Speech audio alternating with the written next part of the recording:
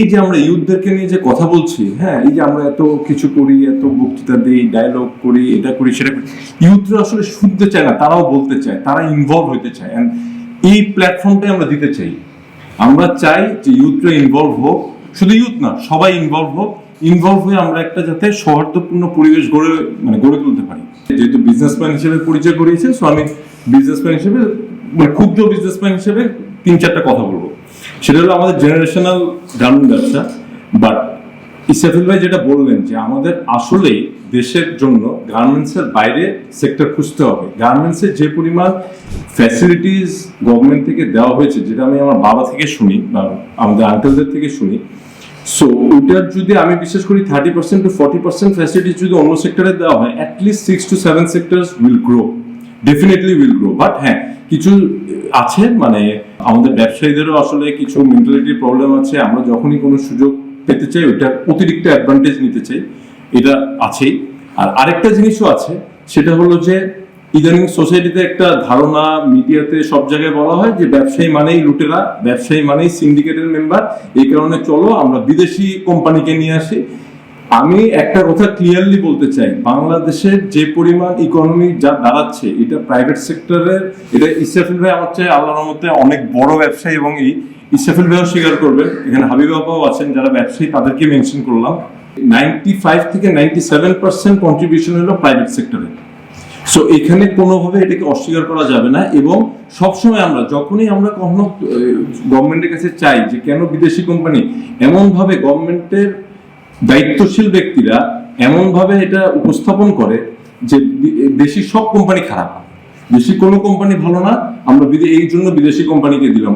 এবং মানে এটা আসলে অবাক হই যে আসলে দায়িত্বশীল ব্যক্তি বলতে আমি তো কারণ নাম নিতে পারবো না এখানে স্বাভাবিকভাবে, বাট তারা হাইলি এডুকেটেড, এবং তারা কিন্তু, আমি যখন তাদের সাথে 3-4 বছর আগে যখন কথা বলেছি, তারা কিন্তু সবসময় দেশের ব্যবসা কিভাবে উন্নয়ন করা যায়, কি করা যায়, এগুলো নিয়ে আলাপ করে। এবং তারা যখন আমাদেরও প্রোগ্রামে আসে, তারা কিন্তু দেশের ব্যবসা নিয়ে কথা বলে। কিন্তু আলটিমেটলি আমরা পরে কি দেখলাম, যখন শেখ হাসিনার রায় হচ্ছে, তখন বিদেশি একটা কোম্পানিকে একটা বন্দর দিয়ে দেওয়া হলো, কেউ কিন্তু ওটা নিয়ে কোনো কথাও বললো না। হ্যাঁ, আমি স্বীকার করি যে টাকা লুট হয়েছে একটা সময়। যেমন সায়েম আমাকে বললেন যে সায়েম একটা জিনিস বলতে ভুলে গেছেন, যে ইসরাফিল ভাই যেটা বলেছিলেন যে এই ব্যবসার ক্ষেত্রে গণতন্ত্র দরকার। অবশ্যই ব্যবসার ক্ষেত্রে গণতন্ত্র দরকার, যেটার জন্য দরকার হলো ফেয়ার কম্পিটিশন। কিন্তু আসলে গত হাসিনার আমলে বলি ছিল হলো মনোপলি, ডিওপলি অথবা অলিগোপলি। সো আলটিমেটলি টাকা পাচার হয়েছে। আমরা শুধু যে বারবার যে শেখ হাসিনার আমলের কথা বলি, আমরা কি গত 1.5 বছরে বা 100 বছরে কোনো ইন্ডিকেশন এখন পর্যন্ত দেখেছি যে মানে সিচুয়েশন ইমপ্রুভ হচ্ছে? কোনোদিন দেখিনি, এখন পর্যন্ত আমরা দেখিনি, অ্যাটলিস্ট আমরা দেখিনি। এবং এই যে ব্যবসার যে আমার ভাইয়া ব্যবসায়িক জীবন খুব ক্ষুদ্র, 13 বছরের ব্যবসায়িক জীবন। সো এই 13 বছরের ব্যবসায়িক জীবনে এখন এই গত 1.5 বছর বা 100 বছরে যে পরিমাণ খারাপ অবস্থা, এরকম অবস্থা আমি এটার আগে 10 বছর বা 11 বছরে দেখিনি। তাই বলে বলছি না যে শেখ হাসিনা আমার ভালো ছিল। এখন তো ভাইয়া একটা নিয়ম হয়ে গেছে যে একটা ফেক ফটো কার্ড ছাড়বে, যে মানে বলবে যে গত 1.5 বছরের ব্যবসার অবস্থা খারাপ, তার আগে মানে গত 1.5 বছরের ব্যবসার অবস্থা খারাপ, 10 বছর আগে ভালো ছিল, বাস রুবায়েত মামুন রাফি খারাপ, রুবায়েত মামুন রাফি ফ্যাসিবাদের দোষর। আমরা ভাইয়া চাই একটা সুষ্ঠু নির্বাচন হোক, সুষ্ঠু নির্বাচন এসে একটা প্র্যাগম্যাটিক গভর্নমেন্ট আসুক, যে ফেসবুক দেখে বা সোশ্যাল মিডিয়া দেখে সরকার চালাবে না, সোশ্যাল মিডিয়া দেখে কোনো ডিসিশন নেবে না। এটা একটা মানে জোকারে পরিণত হয়েছে। মানে আমি গভর্নমেন্টকে বলছি না, বাট এই সিস্টেমটা যে সোশ্যাল মিডিয়া থেকে, আজকে সোশ্যাল মিডিয়াতে কোনো প্রবলেমকে অ্যাড্রেস করা হচ্ছে, কালকে ওইটা গিয়ে সলভ করা হচ্ছে, কিন্তু অন্যান্য যে 1000টা প্রবলেম আছে এটা নিয়ে কিন্তু কেউ কথা বলছি না। হ্যাঁ, সো এগুলো কিন্তু আসলে খুবই মানে দুঃখজনক ব্যাপার। আর আরেকটা জিনিস বলবো, আমি যে শুধু গভর্নমেন্টের দোষ দিব বা এটা অবশ্যই না, কারণ এখানে গভর্নমেন্ট এবং ব্যবসায়ী সবাইকেই আসলে একসাথে কাজ করতে হবে। কারণ আমি যেটা বিশ্বাস করি যে সরকারই আসুক, তার মূল চ্যালেঞ্জ হবে নেক্সট 3 বছরের কর্মসংস্থান সৃষ্টি করা। এবং কর্মসংস্থান সৃষ্টির জন্য যদি ফেভারেবল এনভায়রনমেন্ট না দেওয়া হয়, তাহলে কোনো গভর্নমেন্টই সাস্টেনেবল হতে পারবে না। এই ক্ষেত্রে আমি ফাহাম ভাইয়ের একটা কথা জাস্ট মেনশন করতে চাই। ফাহাম ভাই বলেছিলেন যে ওয়েস্টার্ন কান্ট্রিতে যদি আন্দোলন হয়, ওই আন্দোলনের স্থায়িত্ব হয় 1 দিন বা 2 দিন। কেন? কারণ সবাই জানে যে সোমবারে তাকে কাজে যেতে হবে। ঠিক আছে, সো আমাদের কর্মসংস্থান সৃষ্টির কোনো বিকল্প নেই। আর কর্মসংস্থান সৃষ্টির জন্য আমাদেরকে অবশ্যই গভর্নমেন্টকে ease of doing business policy দিতে হবে। Otherwise nothing is possible. আর এটার জন্য এখন আপনারা ভাবতে পারেন যে ভাই আপনি ব্যবসা করেন দেখে শুধু গভর্নমেন্টের কথা বলছেন, না, ব্যবসায়ীদের অবশ্যই দোষ আছে, ডেফিনেটলি দোষ আছে। কালকে একটা জায়গায় দেখলাম ব্যবসায়ীরা, যেটা নিবা আপা বললেন যে কিশোর গ্যাংয়ের, সে কি কখনো সংসদে যেতে হবে? সংসদে যাওয়াটা কি আলটিমেট সফলতা লাইফে?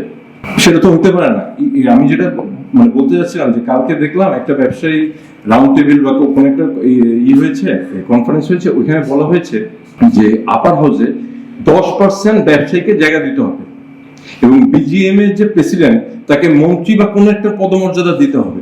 তাহলে এই যে অটোনোমাস যে এই বিজনেস অর্গানাইজেশন গুলো আছে বা বডিগুলো আছে, তাদের তাহলে কাজ কি?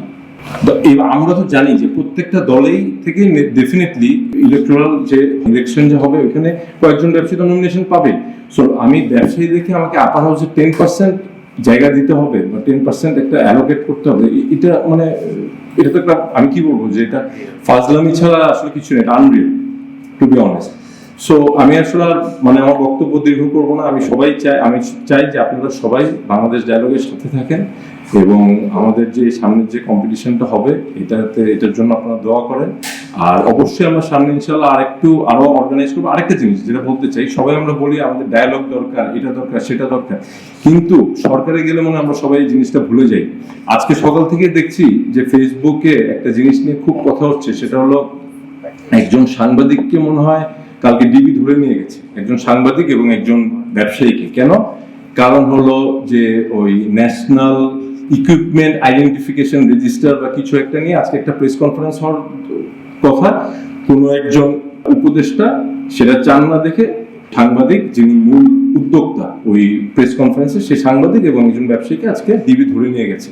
সো ভাইয়া বা আপু যারাই থাকেন, প্লিজ এই জিনিসগুলো আমরা চাই না, সামনে এটা হোক, তাহলে কিন্তু দুঃখের আর শেষ থাকবে না। আর আরেকটা জিনিস যে সেটা হলো এই যে আমরা ব্যবসায়ীরা এই যে কয়েকদিন আগে যে এয়ারপোর্টে পুড়ে গেল মাল, এটা নিয়ে পরের দিনই মিডিয়াতে আসলো যে ইন্স্যুরেন্স দিবে, সব ইন্স্যুরেন্স কোম্পানি কভার করবে। আমি আজকে এখানে বসে আমি একদম সবার সামনে বলতে চাই, আমাকে একটা ব্যবসায়ী দেখেন যে 1 টাকা ইন্স্যুরেন্স থেকে পেয়েছে। কিন্তু গতকাল ইন্ডিয়াকে বাংলাদেশ হারানোর পর ওইখানে ড্রেসিং রুমে সেলিব্রেট করতে গিয়ে 2 কোটি টাকার প্রমিস করে দিয়ে আসলো। What a strange world we are living in, that's pathetic. আসলে এটা আমি বলছি না যে বাংলাদেশের ফুটবল টিম খুব খারাপ করেছে বা আমরা তাদের বিরুদ্ধে, অবশ্যই না, এটা ডেফিনেটলি একটা আমাদের বিশাল প্রাপ্তি, কিন্তু তাই বলে আমরা ভয় পাচ্ছি না। আর ব্যবসায়ীদেরকে যদি না দেওয়া হয় তাহলে এটা ব্যবসায়ীদের জন্য একটা বিশাল লস এবং আলটিমেটলি দেশের লস। সবাইকে ধন্যবাদ, আমি আর বক্তব্য দীর্ঘ করবো না। থ্যাংক ইউ সবাইকে।